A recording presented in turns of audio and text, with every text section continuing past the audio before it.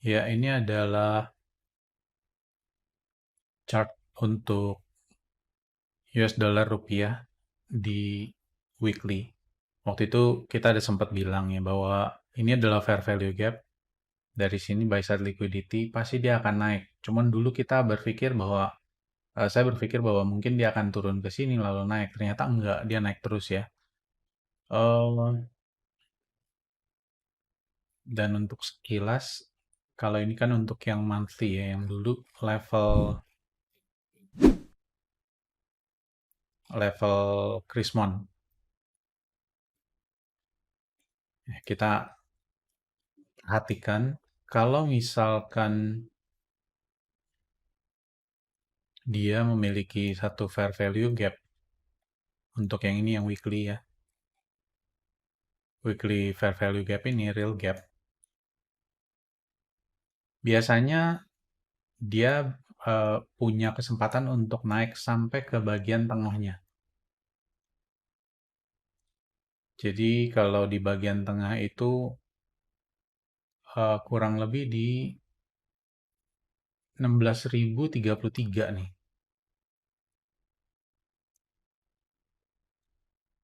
Biasa di dalam price action itu kita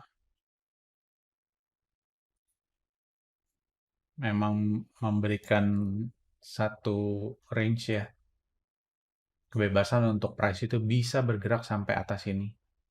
Lalu bagaimana dia bereaksi di atas ini itu akan menentukan bagaimana apa yang akan price lakukan selanjutnya.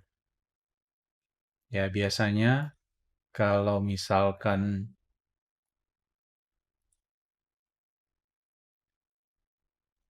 seperti ini gitu ya, lalu dia naik dan langsung turun, maka mungkin dia akan seperti ini ya. Bukan satu hal yang mutlak, tetapi biasa di sini adalah order block, di mana dia itu eh, nanti akan di visit ya, digunakan untuk sending price untuk down. Tapi ya kita memang masih belum tahu ya. Kita akan melihat bagaimana nanti kurang lebih apa yang dikerjakan price itu di daerah sini. Nah, kalau misalkan kita melihat Bitcoin,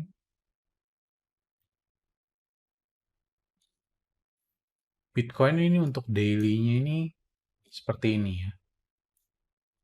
Dia sudah mengisi bagian dari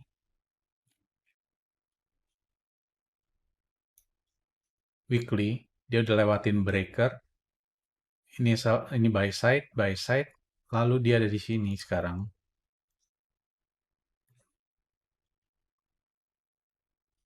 Ya ini untuk fair value gap yang weekly.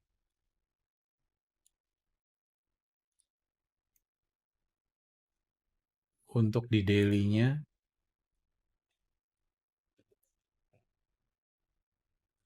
ya kurang lebih seperti ini ya. Jadi kita juga memang mesti melihat sih, sebenarnya nanti apa yang akan dikerjakan price untuk Bitcoin ini. Ini kurang lebih jadi juga ada di tengah-tengah week ini ya. Dia cuma respect sedikit lalu dia turun ke bawah. Jadi ini juga merupakan saya rasa eh, dia akan mungkin akan bereaksi di tempat ini ya. Itu di tengah-tengahnya. Modalnya sama seperti yang tadi ya. Kalau kita lihat untuk US dollar Indonesian rupiah. Jadi kalau misalnya kita mau lihat di sini ada buy side, mungkin nanti price itu akan ke sini lalu turun ke bawah. Mungkin ya, kita nggak tahu juga seperti apa, kita hanya bisa memprediksi. Tapi kalau misalkan ada yang memang memiliki Bitcoin, Saya rasa udah boleh di take profit ya kalau misalkan memang ada yang buy di tempat di bawah-bawah sini. Karena di sini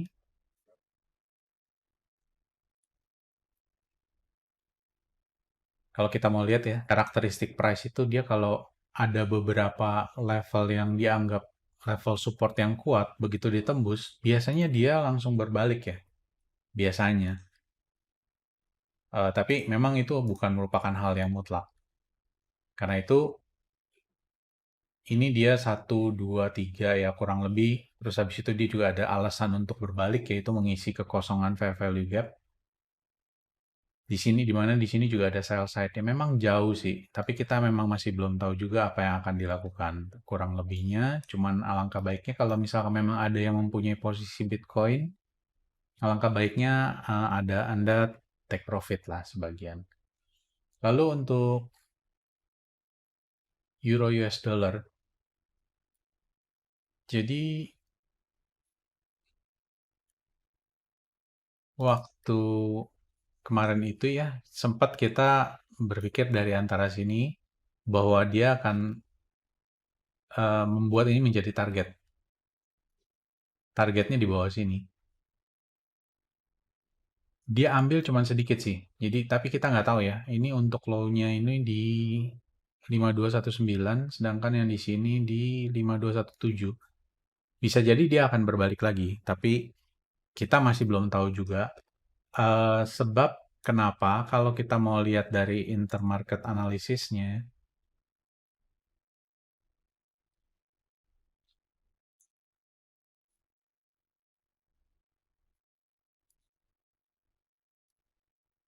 AUD USD sendiri dia udah naik duluan.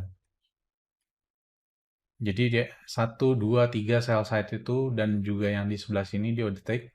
Habis itu yang seperti tadi dibilang ya biasanya kalau udah 2 atau 3, 3 mungkin ya. Makin banyak sell side yang diambil biasanya yang segaris itu dia akan retrace. Entah itu retrace atau reverse. Jadi kita melihat saja nanti bagaimana. Nah, kalau ini dia sudah naik duluan sehingga sedangkan Euro USD-nya dia kesulitan ya, kesulitan dia untuk naik, malah dia udah turun terus. Jadi saya rasa kalau untuk sell bolehlah untuk take profit kalau udah sampai di sini gitu ya. Nanti masih ngelihat lagi sebab FOMC kita nggak bisa eh, seringkali teori-teori di dalam FOMC atau NFP itu bisa dilanggar gitu karena ada orang-orang yang mungkin dia itu memang ada di belakang layar untuk mengatur secara manual. Nah, kalau kita mau ngelihat juga di untuk weekly,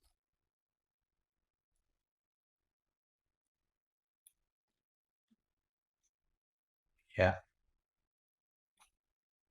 selama dari Juli sampai Oktober ini, kita untuk pair Euro USD ini turun terus. Nggak ada rebalance satupun candle yang dalam weekly ya, yang naik ke atas. Ini hitam semua. Jadi apakah dari sini dolar akan konsolidasi dan dia juga akan konsolidasi untuk naik pelan-pelan? Kita masih belum tahu. Cuma kalau misalkan kita mau ngelihat ya, di sini ada dua area. Kalau dia targetnya di bawah,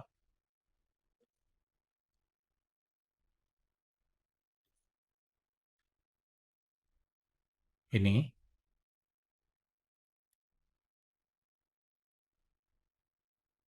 dan dia juga di level yang sama,